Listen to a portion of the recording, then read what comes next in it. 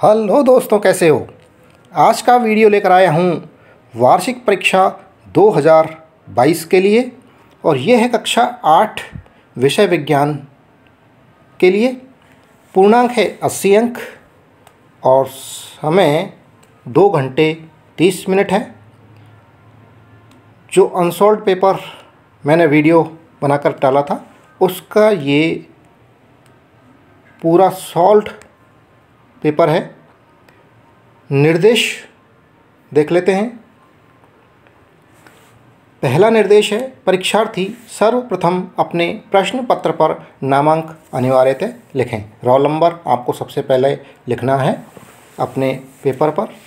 दूसरा निर्देश है, प्रश्न पत्र में कुल 25 प्रश्न हैं। तीसरा निर्देश है, सभी प्रश्न हल करने अनिवार्य हैं। चौथा निर्देश है, प्रत्येक प्रश्न का उत्तर दी गई उत्तर पुस्तिका में ही लिखना है। पांचवा निर्देश, जिन प्रश्नों में आंतरिक खंड हैं उन सभी के उत्तर एक साथ ही लिखने हैं। छठा निर्देश है, प्रश्न संख्या 1 से 6 तक बहुविकल्पीय प्रश्न, प्रत्येक प्रश्न 1-1 अंक का है। सातवां निर्देश है, प्रश्न संख्या 7 से 16 तक प्रत्येक प्रश्न 3-3 अंक का है। आठवां निर्देश, प्रश्न संख्या 17 से 21 तक प्रत्येक प्रश्न 4-4 अंक का है। और नौवां और अंतिम निर्देश है, प्रश्न संख्या 22 से 25 तक प्रत्येक प्रश्न 6-6 अंक का है। और सबसे पहले हैं बहुविकल्पात्मक प्रश्न। पहला प्रश्न है, ओजोन परत क्षतिग्रस्त होने का मुख्य कारण है।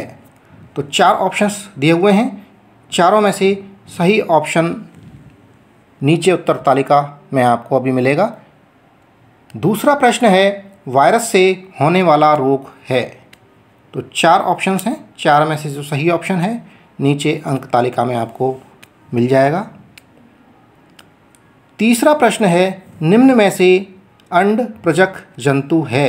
तो 4 ऑप्शंस दिए हुए हैं, 4 ऑप्शंस में से आपको सही जो ऑप्शन है वो उत्तर तालिका में अभी आपको मिल जाएगा। चौथा प्रश्न है, खरपतवार हटाने की प्रक्रिया कहलाती है। तो 4 ऑप्शंस में से एक ऑप्शंस करेक्ट है जो उत्तर तालिका में लिखा हुआ है। पांचवा प्रश्न है, किस माध्यम में ध्वनि का संचरण नहीं होता है। तो 4 माध्यम दिए हुए हैं, सही ऑप्शन 1 है, उसे चुनना है। और छठा प्रश्न है, निम्न में से कौन सा आंतरिक ग्रह नहीं है। तो यहाँ देखिए सारे जो बहुविकल्पात्मक प्रश्न हैं 1 से 6 सबके ऑप्शन, सही ऑप्शंस यहाँ उत्तर तालिका में दे रखे हैं। पहले का स है, दूसरे प्रश्न का सही ऑप्शन ब, तीसरे का सही ऑप्शन स, चौथे का स, पाँचवें का द और छठे का स ऑप्शन बिल्कुल सही हैं। अब है अति लघुत्तरात्मक प्रश्न। प्रश्न संख्या 7, निम्न में से किन्हीं 2 पर टिप्पणी लिखिए। तो 3 हैं जिनमें से किन्हीं 2 पर आपको टिप्पणी लिखनी है। तो तीनों पर ही टिप्पणी बता देता हूँ। पहला है वन्य प्राणी अभ्यारण्य। ये क्या होता है देख लेते हैं। उत्तर, वन्य प्राणी अभ्यारण्य वह क्षेत्र है जहाँ वन्य प्राणी सुरक्षित रहते हैं। यहाँ जंतुओं को अथवा प्राणियों को मारना या शिकार करना अथवा पकड़ना पूर्णतः निषिद्ध होता है। मनाही है इनको मारना, पकड़ना अथवा शिकार करना, तीनों पर पूर्ण रूप से रोक है। यहाँ संकटापन्न जंतुओं को सुरक्षित और संरक्षित रखा जाता है। ये तो हो गया वन्य प्राणी अभ्यारण्य पर टिप्पणी। दूसरा है राष्ट्रीय उद्यान। तो राष्ट्रीय उद्यान देख लेते हैं। पेड़ पौधों और जंतुओं को संरक्षित करने तथा सुरक्षित क्षेत्र उपलब्ध कराने के उद्देश्य से ही राष्ट्रीय उद्यानों को बनाया गया है। प्रमुख राष्ट्रीय उद्यान हैं, पहला है रणथंभौर राष्ट्रीय उद्यान, दूसरा है केवलादेव राष्ट्रीय उद्यान, तीसरा है राष्ट्रीय मरु उद्यान, चौथा है सतपुड़ा। 4 राष्ट्रीय उद्यान हैं, 3 कोई से भी जो याद हो जाए वो लिख लेना। तीसरा है पेड़ पौधे एवं जीव जंतु। उत्तर, किसी विशेष क्षेत्र में पाए जाने वाले पेड़ पौधे उस क्षेत्र के वनस्पति जात हैं। जैसे पचमढ़ी जैवमंडल आरक्षित क्षेत्र में साल, सागौन, आम, जामुन, सिल्वर फर्न, अर्जुन आदि वनस्पति जात हैं। किसी विशेष क्षेत्र में पाए जाने वाले जीव जंतु उस क्षेत्र के प्राणी जात कहलाते हैं।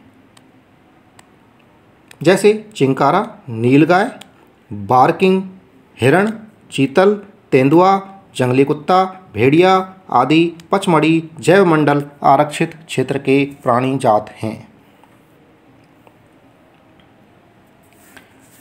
प्रश्न संख्या 8, धातु और अधातु के भौतिक गुणों के अंतर लिखिए। तो धातु और अधातु के भौतिक गुणों में अंतर देख लीजिए। धातु, ये पदार्थ कठोर, चमकीले, आघातवर्ध्य, तन्य, ध्वनिक तथा ऊष्मा तथा विद्युत के सुचालक होते हैं। जैसे आयरन, कॉपर, एल्यूमिनियम आदि सभी धातुओं के उदाहरण हैं। अधातु, अधातु किसे कहते हैं? ये पदार्थ दिखने में मलिन तथा नरम होते हैं। वह हथौड़ी की हल्की चोट से टूटकर चूरा हो जाते हैं, बिखर जाते हैं। ये ध्वनिक नहीं होते हैं तथा ऊष्मा के कुचालक होते हैं। जैसे कोयला, सल्फर, ऑक्सीजन, फास्फोरस आदि अधातु के उदाहरण हैं। प्रश्न संख्या 9, तरल घर्षण किसे कहते हैं? उत्तर, जैसा कि हम जानते हैं कि वायु तथा जल वस्तुओं की गति का विरोध करते हैं, अर्थात ये वस्तुओं पर घर्षण बल लगाते हैं। विज्ञान में गैसों तथा द्रवों को तरल नाम दिया गया है, अतः हम कह सकते हैं कि तरल वस्तुओं पर घर्षण लगाते हैं। अतः वायु तथा जल द्वारा वस्तुओं पर लगाया गया घर्षण ही तरल घर्षण कहलाता है। प्रश्न संख्या 10, विद्युत लेपित दो वस्तुओं के नाम लिखिए। उत्तर, विद्युत लेपित दो वस्तुओं के नाम हैं। पहला, स्नान गृह की टोंटी, साइकिल का हैंडल, पहिए की रिम आदि पर क्रोमियम का लेपन, ये विद्युत लेपित वस्तुएं हैं। दूसरा, चांदी के आभूषणों पर सोने का लेपन।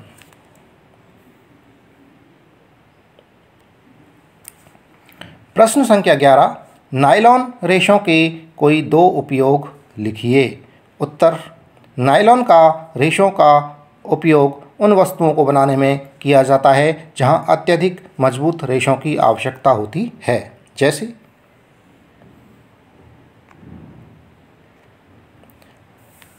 नायलॉन रेशों का उपयोग मछली पकड़ने के जाल, पैराशूट का कपड़ा, रस्सियाँ, जुराबें तथा अन्य वस्त्र बनाने के लिए किया जाता है। दूसरा है, नायलॉन रेशों का उपयोग दांत साफ करने के ब्रश, कारों की सीट के पट्टे, स्लीपिंग बैग यानी कि शयन थैला, पर्दा आदि बनाने में किया जाता है।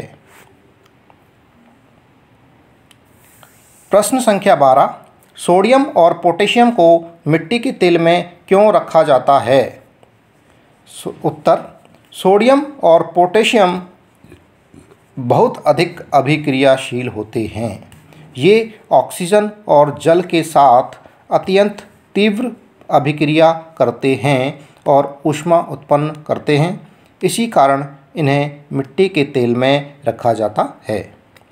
प्रश्न संख्या 13, प्लास्टिक का उपयोग करते समय आपको कौन सा 5R सिद्धांत याद रखना चाहिए? उत्तर, 5R सिद्धांत मनुष्य में पर्यावरण हितैषी आदतें विकसित करने के लिए बनाया गया सिद्धांत है। यह निम्न प्रकार है। 5 तरह के R हैं। एक पहला जो R है उसका मतलब है रिड्यूस यानी उपयोग कम करिए। दूसरा जो R है वह है रीयूज़ के लिए यानी पुनः उपयोग करना। कोई चीज़ काम में ले ली, उसके बाद उसको फेंकने की बजाय दोबारा से काम में लेना, रीयूज़ कहलाता है। R फॉर रिसाइकिल, पुनः चक्रित करिए। नेक्स्ट है R रिकवर, पुनः प्राप्त करिए। और लास्ट में पांचवा जो आर है ये है रिफ्यूज़, उपयोग नहीं करिए, काम में नहीं लेना।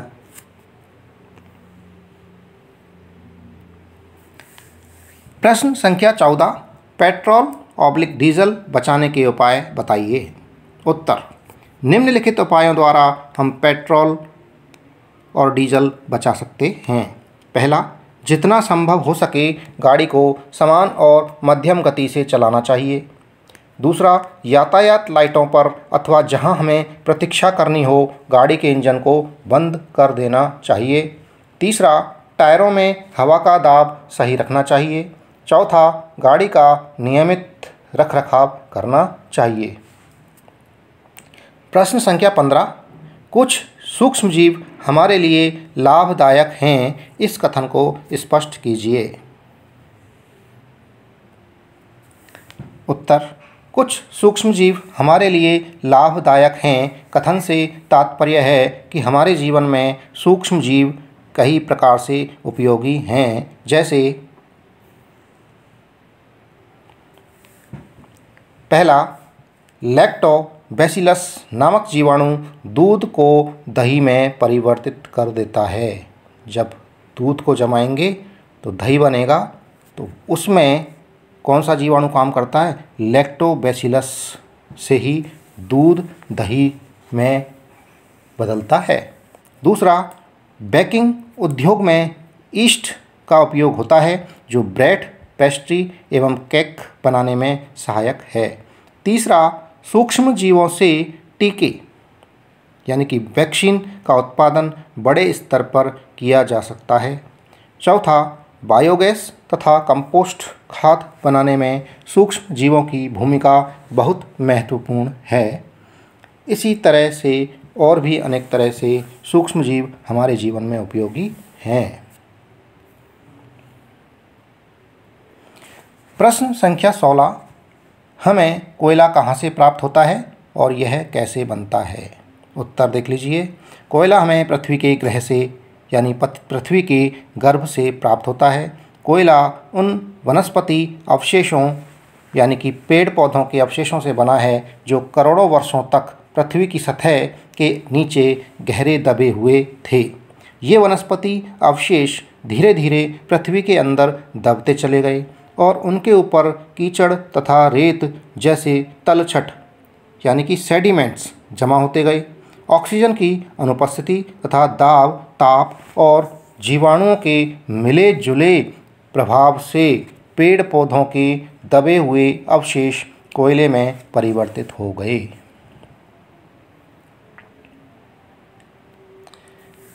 अब हैं लघुत्तरात्मक प्रश्न।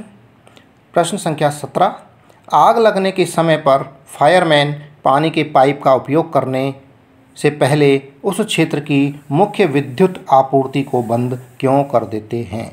उत्तर, क्योंकि आग बुझाने के लिए फायरमैन द्वारा जिस पानी का उपयोग किया जाता है वह शुद्ध नहीं होने के कारण विद्युत का सुचालक होता है, क्योंकि वो एसिडिक होता है, थोड़ा बहुत उसमें अम्लीय पानी होता है जो अशुद्ध पानी होता है।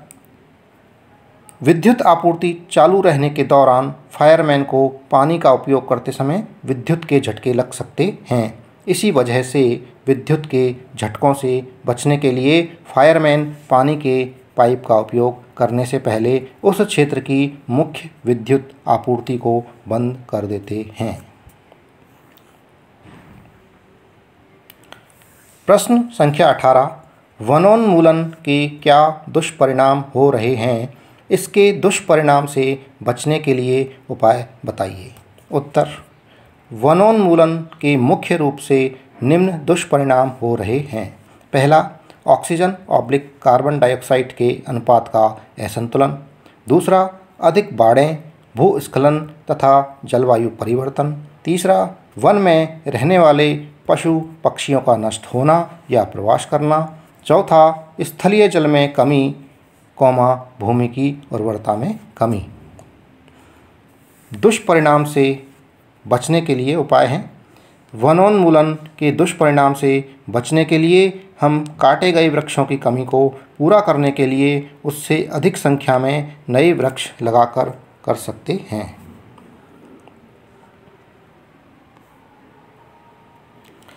प्रश्न संख्या 19, तारामंडल क्या है? किन्हीं 2 तारामंडलों के चित्र बनाइए। चित्र के साथ समझाइए, चित्र बनाकर इनको समझाना है। उत्तर, तारामंडल तारों के उन समूहों को पहचानने योग्य आकृतियाँ बनाते हैं, तारामंडल कहलाते हैं। 2 तारामंडलों के नाम हैं सप्तऋषि और ओरियन। ये देखिए, पहला ये सप्तऋषि तारामंडल का चित्र है और ओरियन का देख लीजिए, ये ओरियन का चित्र है।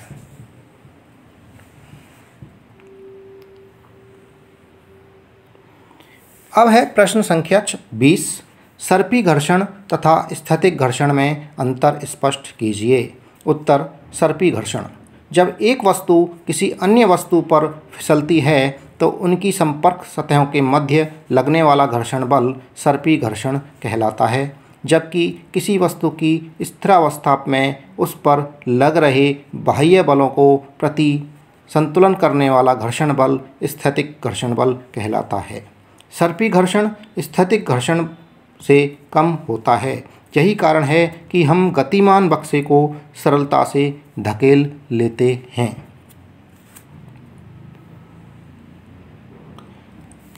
प्रश्न संख्या 21, बाह्य निषेचन किसे कहते हैं? मेंढक के अंडे से वयस्क बनने के जीवन चक्र के बारे में बताइए। उत्तर, बाह्य निषेचन, जब नर तथा मादा युग्मक का संलयन मादा के शरीर के बाहर होता है उसे बाह्य निषेचन कहते हैं। मेंढक के अंडे से वयस्क बनने तक की क्रिया में 3 अवस्थाएं स्पष्ट दिखाई देती हैं। पहला अंडा, दूसरा टैडपोल लार्वा तथा तीसरा है वयस्क। मादा मेंढक अंडे पानी में देती है जहां शुक्राणुओं द्वारा इनका बाह्य निषेचन होता है। निषेचन के बाद अंडों के टैडपोल यानी कि लार्वा निकलते हैं। इनकी प्रकृति जलीय जीव यानी कि मछली जैसी होती है, इनमें मेंढक के गुण नहीं होते हैं। टैडपोल में परिवर्तन कई प्रकार से होते हैं जो वयस्क मेंढक का निर्माण करते हैं।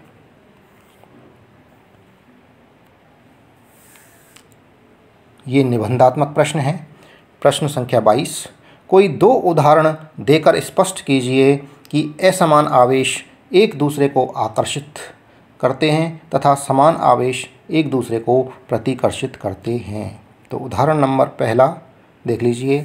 सर्वप्रथम 2 गुब्बारे फुलाएंगे, इन्हें इस प्रकार लटकाएंगे कि ये एक दूसरे को स्पर्श न करें। अब दोनों गुब्बारों को किसी ऊनी कपड़े से रगड़ेंगे और छोड़ दो। अब क्या देखते हैं कि दोनों गुब्बारे समान आवेश हो गया, उनमें एक दूसरे को प्रतिकर्षित कर रहे हैं, एक दूसरे से दूर जा रहे हैं। अर्थात दोनों गुब्बारों में समान आवेश होने पर एक दूसरे को प्रतिकर्षित करते हैं। ये सिद्ध हो गया।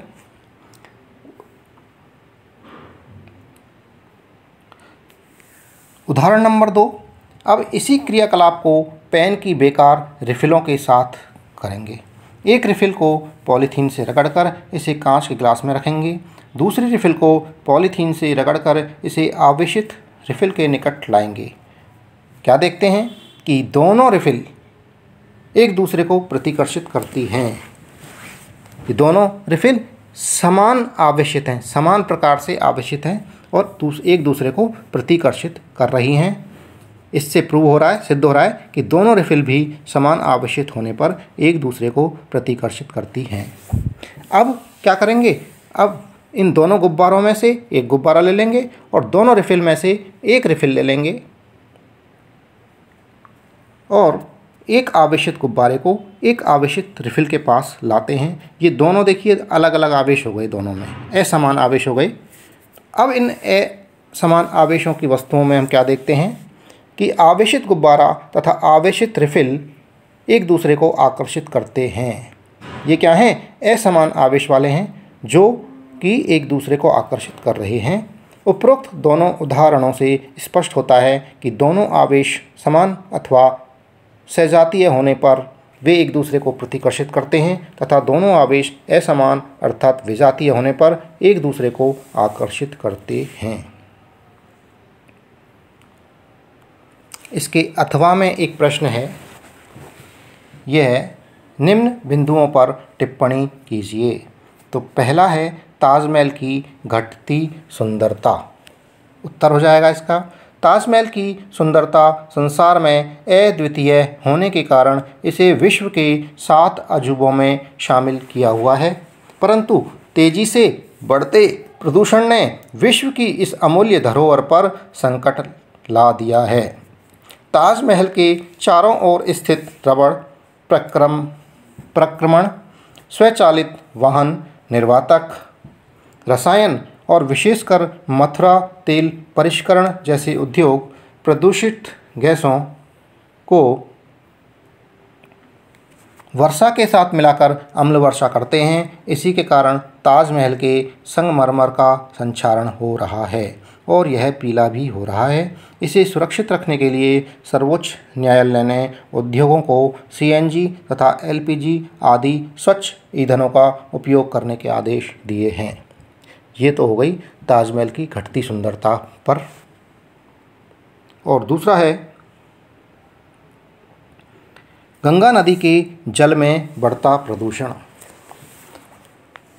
हम सभी जानते हैं कि गंगा नदी संसार की 10 नदियों में से एक है, लेकिन इसके प्रदूषण में निरंतर वृद्धि होने से इसका अस्तित्व खतरे में है। जिन शहरों एवं बस्तियों से होकर यह नदी प्रवाहित हो रही है, वहाँ के निवासी अत्यधिक मात्रा में कूड़ा करकट, अनउपचारित वाहित मल, मृत जीव तथा अन्य बहुत से हानिकारक पदार्थ इस नदी में फेंक रहे हैं। दूसरा, बहुत सी औद्योगिक इकाइयाँ रसायनों को नदी तथा नालों में प्रवाहित करती हैं, जिनसे पौधों तथा पशुओं में विषाक्तता उत्पन्न हो जाती है। ये भी गंगा नदी को प्रदूषित कर रहे हैं। गंगा नदी को बचाने के लिए 1985 में गंगा कार्य परियोजना प्रारंभ की गई थी, जिसके तहत इसमें अवांछित पदार्थों को नदी में नहीं छोड़ने के लिए पाबंद किया गया है।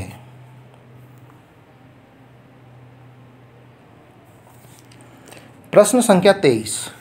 किसी बच्चे की ध्वनि तथा एक वयस्क व्यक्ति की ध्वनि में भिन्नता को कारण सहित समझाइए तथा मानव कान का नामांकित चित्र बनाइए। उत्तर, मानवों में ध्वनि वाक्यंत्र अथवा कंठ लैरिंक्स द्वारा उत्पन्न होती है। यह श्वास नली के ऊपरी सिरे पर होता है। वाक्यंत्र या कंठ के आर पार 2 वाक तंतु इस प्रकार तानित होते हैं कि उनके बीच में वायु के निकलने के लिए एक संकीर्ण झिरी बनी होती है। जब फेफड़े वायु को बलपूर्वक झिरी से बाहर निकालते हैं तो वाक तंतु कंपित होते हैं, जिससे ध्वनि उत्पन्न होती है। वाक तंतुओं से जुड़ी मांसपेशियां तंतुओं को तना हुआ या ढीला कर सकती हैं। जब वाक तंतु तने हुए और पतले होते हैं, तब वाक ध्वनि का प्रकार या उसकी गुणता उस वाक ध्वनि से भिन्न होती है। जब वाक तंतु ढीले और मोटे होते हैं, पुरुषों के वाक तंतुओं की लंबाई लगभग 20 mm होती है, महिलाओं में इसकी लंबाई लगभग 15 mm होती है तथा बच्चों के वाक तंतु बहुत छोटे होते हैं। इसी कारण पुरुषों, महिलाओं तथा बच्चों की वाक ध्वनियाँ भिन्न भिन्न होती हैं। अब कान का चित्र देखेंगे। अब अथवा में एक प्रश्न और है, खरपतवार क्या होती है? खरपतवार से फसलों को कैसे सुरक्षित किया जा सकता है, समझाइए। उत्तर, खरपतवार ये अवांछनीय पौधे या जंगली पौधे हैं जो खेत में बोई गई फसल के साथ अपने आप उग जाते हैं। ये खरपतवार कहलाते हैं। नियंत्रण कैसे करेंगे खरपतवार पर? इसके लिए खेत की निराई करते हैं। इस क्रिया में ऐसे पौधों को खेत में से हटा दिया जाता है। खरपतवार हटाने के लिए निम्न विधियां काम में ली जाती हैं। पहली, पटेले या हैरो द्वारा खरपतवार को हटाना। जब फसल की बुआई से पहले हल चलाकर खेत को जोता जाता है तो उसमें लगे हुए अधिकतर खरपतवार हल चलाते समय जड़ सहित उखड़ जाते हैं और निकाल दिए जाते हैं। अब यदि खेत में पटेला या हैरो नामक कंघी जैसा उपकरण घुमा दिया जाए तो ये उखड़े हुए खरपतवार पटेली की छड़ों के साथ फंसकर खेत से बाहर निकल जाते हैं। दूसरा, रासायनों के उपयोग से। खरपतवार को नष्ट करने के लिए 2,4-D जैसे रसायनों का छिड़काव कर दिया जाता है। इससे खरपतवार पौधे तो मर जाते हैं परंतु फसल को कोई हानि नहीं होती। खरपतवार नाशी को जल में आवश्यकता अनुसार मिलाकर स्प्रेयर फुहारा की सहायता से खेत में छिड़काव करते हैं।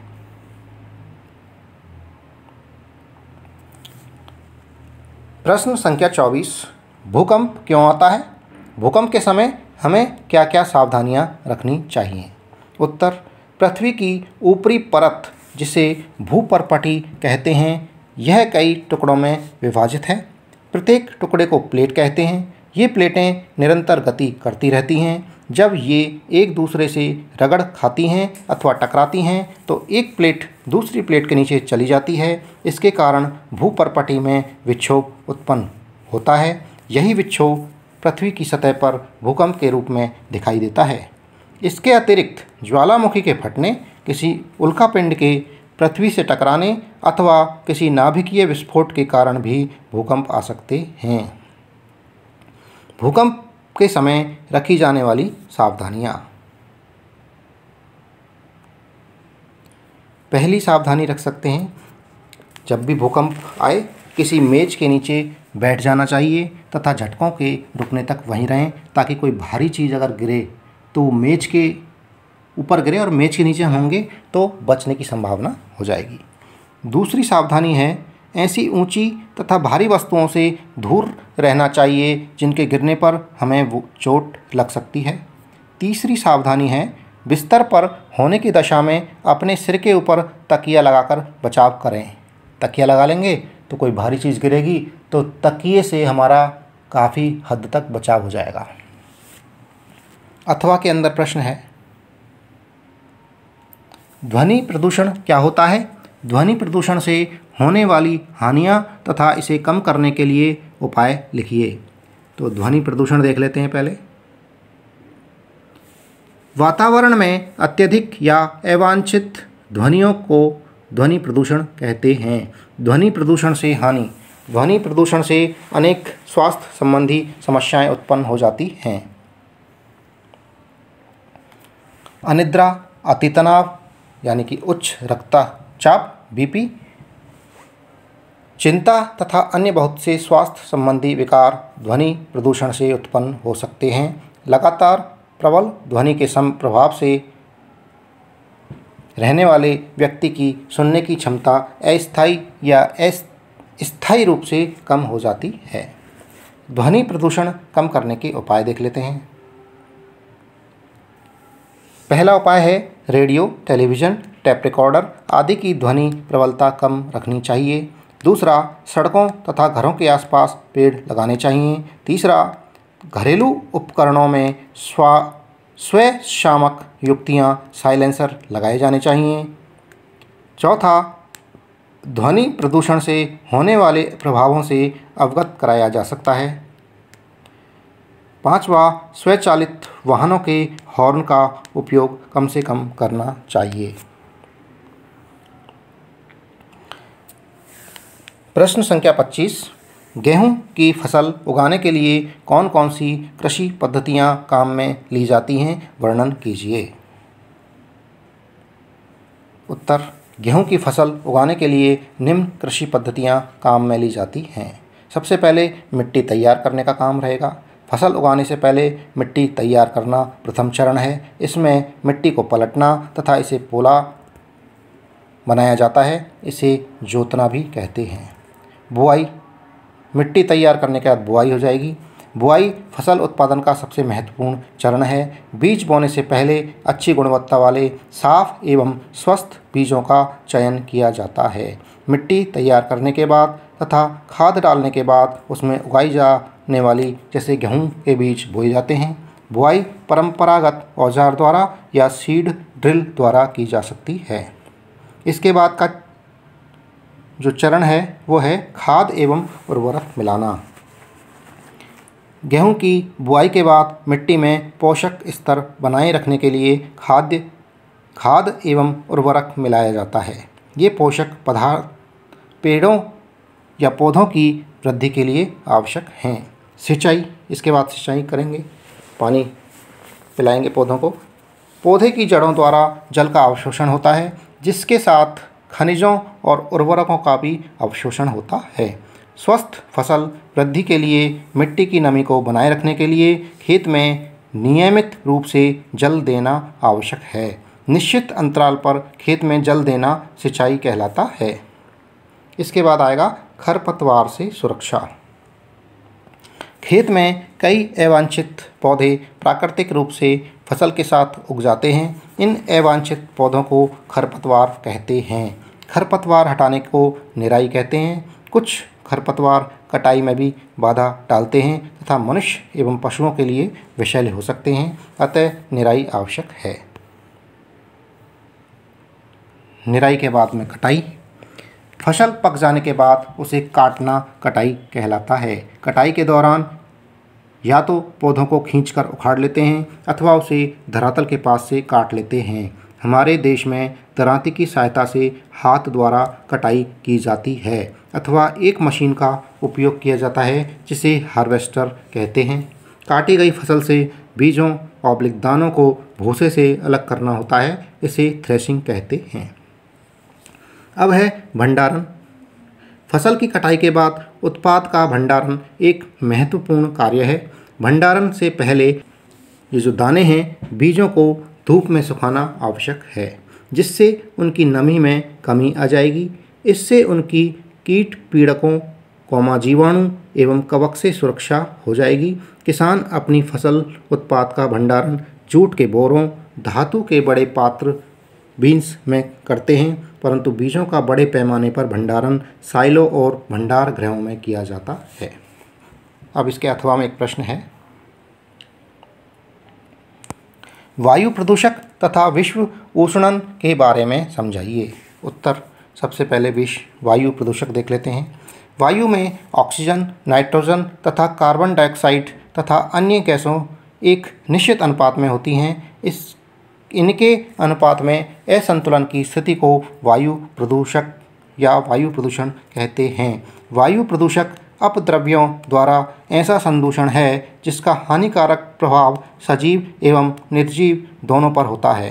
Carbon monoxide, nitrogen, carbon dioxide, methane तथा सल्फर डाइऑक्साइड वायु के प्रमुख प्रदूषक हैं। इसके बाद है विश्व उष्णन। वायुमंडल के औसत ताप में निरंतर वृद्धि हो रही है, इसे ही विश्व उष्णन कहते हैं। इसका कारण वायुमंडल में लगातार कार्बन डाइऑक्साइड, मीथेन आदि गैसों के स्तरों में वृद्धि है। औद्योगिकीकरण, वाहनों से निकलने वाला धुआं तथा वनों का काटना आदि इसके लिए मुख्य रूप से जवाबदेह हैं।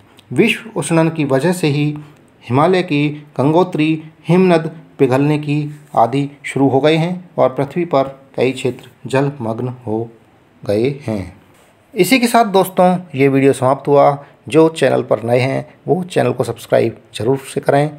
वीडियो पसंद आ रहा है तो वीडियो को लाइक करें। धन्यवाद। Thank you.